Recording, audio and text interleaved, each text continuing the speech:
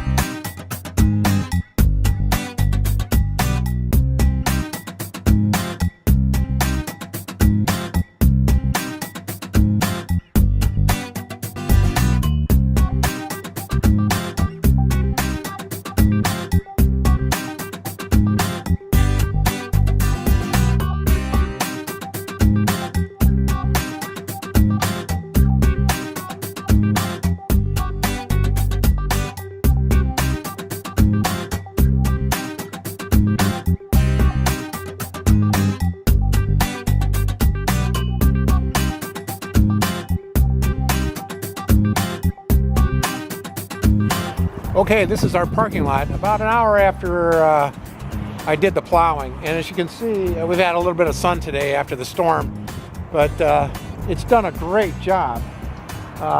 In fact, it's even starting to dry.